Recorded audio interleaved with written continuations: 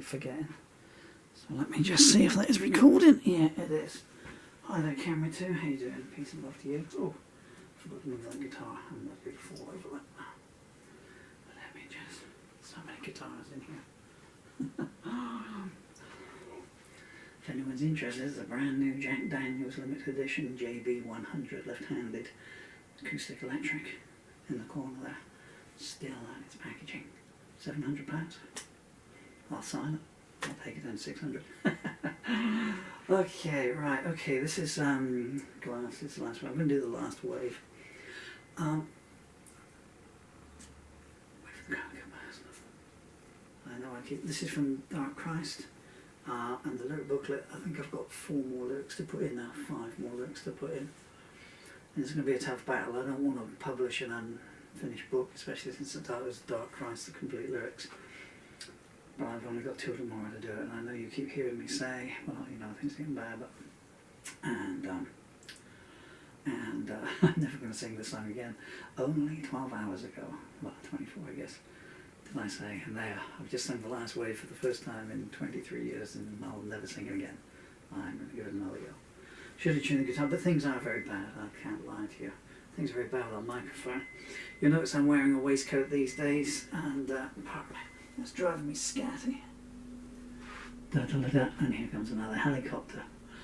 Listen, I know Putin's a madman and everything, but I mean, we've had a year now of helicopters 24 hours a day flying over.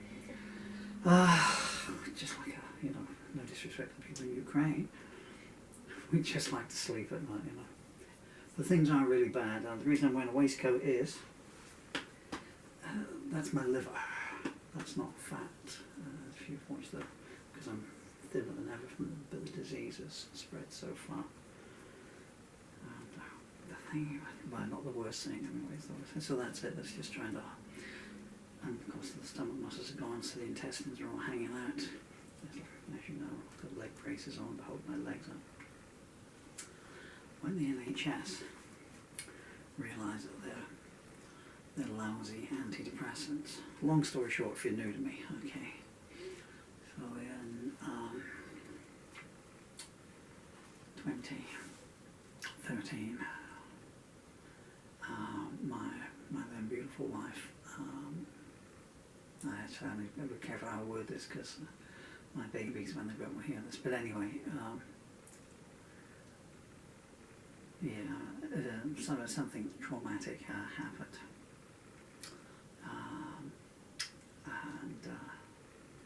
And it was kind of shock to me, and the doctors thought that I was depressed, but I didn't have depression. And then they pumped me full of antidepressants for 6 years. And every day, massive doses. And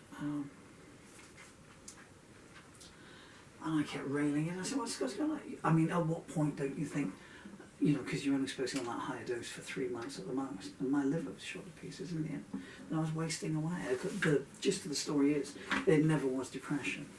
It was what they call a functional motor neurological disorder. It was such a shock from losing the baby that my brain shut down.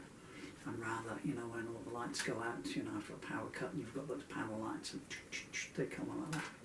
And the brain never rebooted. It went into autoimmune mode, and so as I used my muscles, so they've wasted away to the point where I'm just water underneath skin now, as you can see there. Not 1 second of help from the NHS since they discovered their mistake. But all the antidepressants they pumped me full of unnecessarily instead of investigating what I really had, shot my liver to pieces. And then one of these things at the background here, you'll see my liver function test come up. Liver's completely gone. And I can see it now, and I changed GP at that time, and he said, well, yes, it's good liver damage, your GGT level is 153. So it's because your alcohol, you need to cut down on your alcohol. I said, really? I said, well, I haven't touched alcohol. I said, I've touched alcohol one night in 35 years, as it was at the point. I said, so how do you suggest I cut down?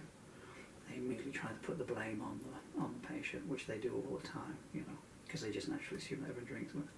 Apart from New Year's Eve 1999, I haven't touched alcohol since my first wife. I served her every 2.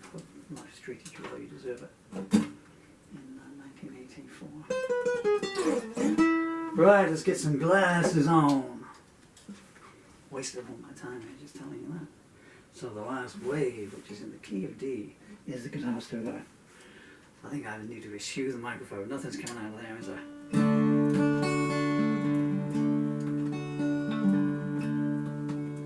It's a bit sharp, but we'll let it go.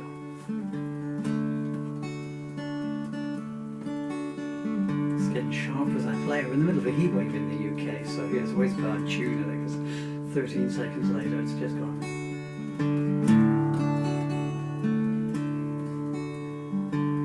Sapphire says she misses me, then kills me as she kisses me. Tell me why lovers always die.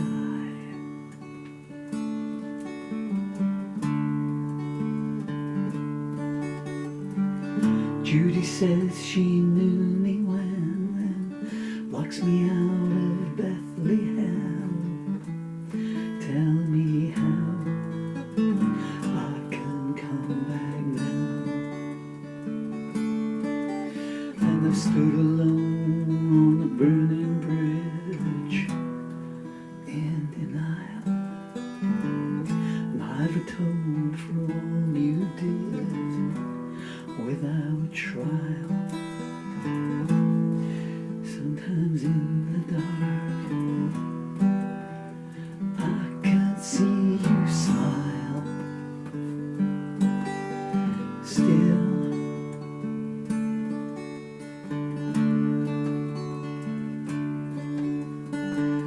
Crystal says she understood, then jumped ship as soon as she could. Tell me who says one word that's true. Mary says I'm not her son. Too late, the damage has been done. Tell me when I'll be loved again.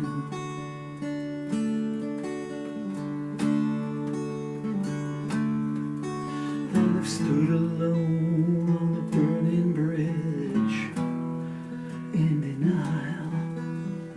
And I've atoned for all you did without trial. Sometimes when it's dark I can't see you smile. Still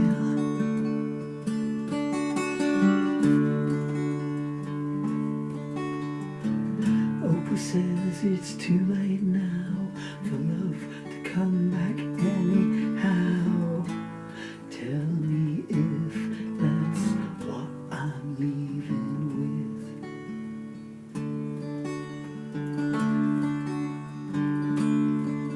And I've stood alone on a burning bridge in denial. And I've atoned for all you did without trial. Sometimes in the dark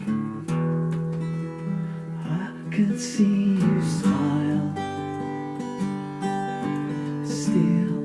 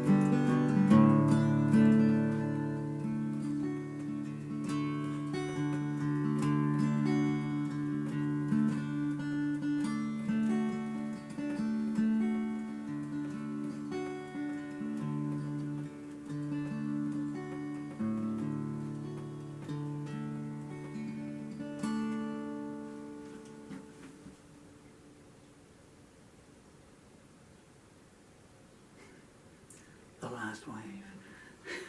I didn't want to stop playing because I never know if I'm ever going to be able to put a guitar on again. So much to do. You never realise how much. much you accumulate in life that is absolutely worthless. I'd sell the first 50 years of my life for 2 more years with my beautiful children. Do you know what I was thinking today when I was putting these books together? How strange the world has changed. Well, you know, obviously. Actually, there's 2 things. Where I got onto this was when I was typing the lyrics up, I have to go onto my CDs. So I've been playing the albums and transcribing the words from the albums, because they really are lost lyrics, so many of these, you know. And it auto fills in, you know. So you're typing away there, you know, like, you know, Mary says she knew me when, and it'll auto fill it in, you know, a couple of words, and it says, you know, but you know, but maybe then or something or another, you know.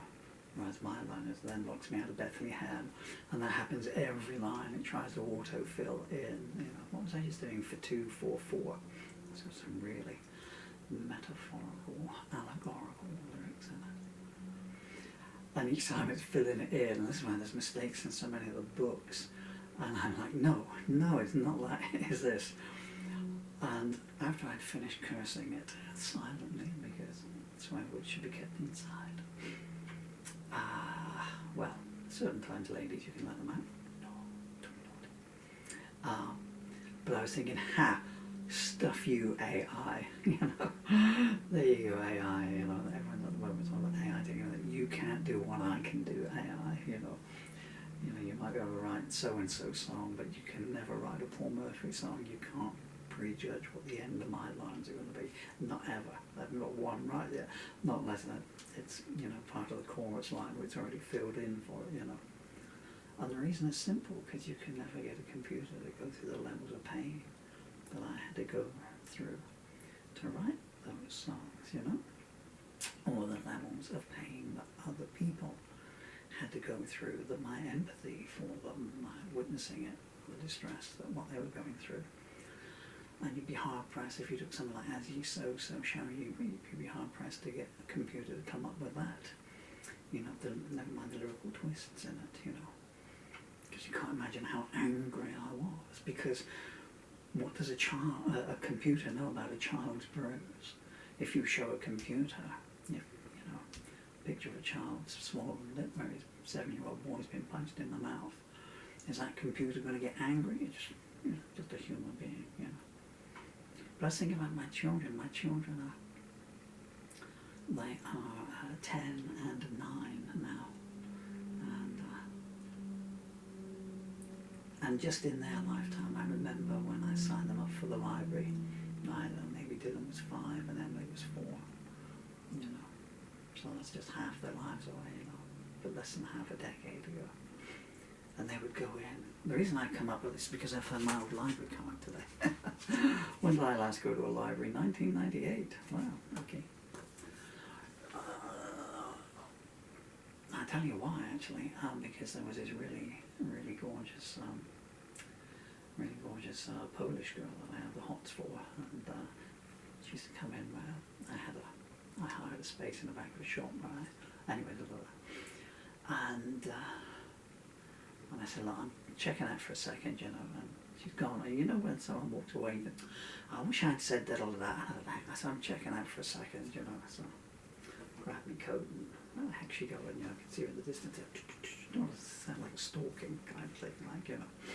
But, you know, I mean, she was quite fond of it. I'd known her because my darling Ruhila and I, where you two, Ru? Why didn't we have children, huh?